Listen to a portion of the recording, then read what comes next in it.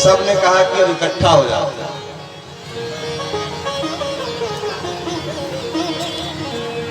दस 10,000 राजा इकट्ठा हो,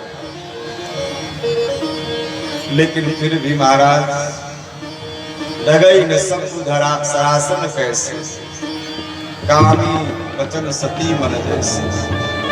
जैसे सती का मन कभी चलाए मन नहीं, वैसे आज महाराज 10,000 राजा उठा रहे हैं और धनुष 10 से बस रही।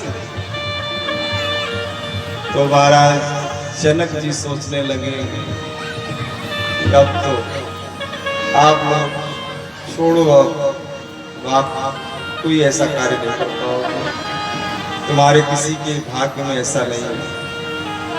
इसलिए तजहु आस निज निज गृह जाहु, लिखा न विधि वैदेही विमोह। वीर विहीन वही मैं जानी। जनक जी ने कहा कि मुझे मालूम हो गया कि धरती वीरों से खाली है, मैं यदि ऐसा जानता तो ऐसी प्रतिज्ञा न करता। बड़े संक्षेप में निवेदन करूंगा आपके विषय में, जनक जी ने ऐसी प्रतिज्ञा क्यों की। देखिए, जो धनुष है शंकर जी के द्वारा जनक जी के पूर्वजों को मिला था। जनक जी को नहीं मिला था, जनक जी के पूर्वज उनको मिला था महाराज। राजा निमि की 6ठी पीढ़ी में प्राप्त हुआ था और तब से इस धनुष की पूजा आराध्य देव के रूप में जनक जी के यहाँ होती है। जैसे ठाकुर जी की पूजा करते हैं वैसे ही पूजा जनक जी के यहाँ इस धनुष की होती है।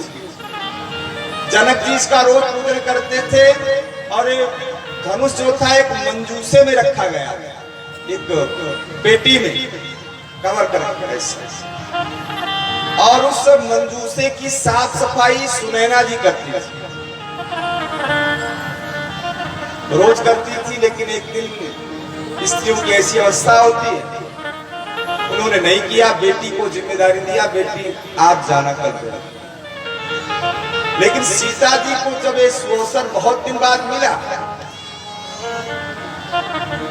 तो सीता जी जब उस मंजूसे को साफ करने के लिए गई तो देखा कि उसमें बहुत जल, पुष्प, चावल वगैरह वगैरह, चंदन बहुत दिनों से पड़ा था उस मंजूसे में। अब उस मंजूसे के नीचे भी गया था, मतलब धनुष की पूजा जहाँ धनुष को चढ़ाया जाता था, तो मान लीजिए धनुष पे चढ़ाने पर अगल बगल वो मंजूसे।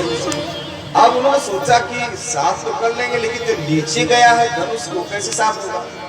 तो बाएं हाथ से धनुष को उठाया सीता जी ने और दाहिने हाथ से उस मंजूसे को साफ किया। और जब साफ किया तो बाद में जब जनक जी स्नान आदि करने के बाद आए तो अपने अंतःपुर में जब गए तो महारानी से कहा कि बताओ आज उस मंजूसे की सफाई किसने किया। उर्मिला जी उसमें, उर्मिला को बुलाया, बताओ सफाई करे। उर्मिला जी ने सोचा लगता है कुछ गड़बड़ है, पिताजी नाराज है। तो कहा माता ने भेजा था, माँ जी ने ही भेजा था, बड़ी बहन को, हमारे जीजी को माँ ने ही भेजा था।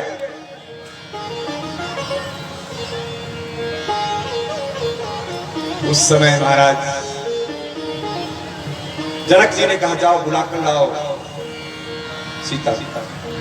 उर्मिला जी भी सीता जी को बुला कर लाई और उर्मिला जी जब बुलाने के लिए गई तो डरना नहीं, तुम किसी बात का डर मत करो, बता देना कि माँ ने कहा, डरो नहीं, पिताजी आज कुछ नाराज से। और महाराज जब सीता जी आई तो जनक जी ने पूछा कि बताओ बेटी कैसे साफ किया, ऐसा क्यों किया। तो सीता जी ने कहा कि पिताजी उस मंजूसे में बहुत सारा फूल चावल पड़ा हुआ था, इसलिए मैंने सोचा कि कैसे साफ हो, तो मैंने बाएं हाथ से उठाया। तब तो जनक जी महाराज आश्चर्यचकित नेत्रों से देखने लगे। जनक जी के पुरोहित सतानंद जी हैं और आचार्य जनक जी के याज्ञवल्क्य जी हैं। उन्होंने अपने आचार्य याज्ञवल्क्य जी से कहा अब क्या करें। बहुत विचार किया उन्होंने रात भर उन्हें कई दिन तक विचार किया कि बताओ, देवताओं में ऐसा कोई नहीं है, मनुष्यों में ऐसा कोई नहीं है, राक्षसों में रावण है, तो क्या रावण को ऐसा करना देना उचित होगा? आप क्या करें? तो महाराज अपनी बेटी को किसको दें? तब याज्ञवल्क्य जी ने कहा कि आप इसी धनुष से शिक्षा लीजिए, धनुष आपका पूज्य है, आराध्य है, तो धनुष को ही क्यों न माध्यम बनाओ? इसलिए तब जनक जी ने प्रतिज्ञा की। आज जनक जी कह रहे हैं कि मैं यदि जानता तो मैं ऐसी प्रतिज्ञा न करता, वीर विहीन मही मैं जाए। मालूम हो गया कि धरती जो है वीरों से खाली है। उसी समय महाराज लक्ष्मण जी ने सुना तो लक्ष्मण जी से नहीं रहा गया। लक्ष्मण जी महाराज क्रोध में आकर तमतमा गए और जाकर के भैया राम से कहने लगे, जो तुम्हारी अनुशासन पाऊं, जो तुम्हारी अनुशासन पाऊं, कंदु कयो ब्रह्म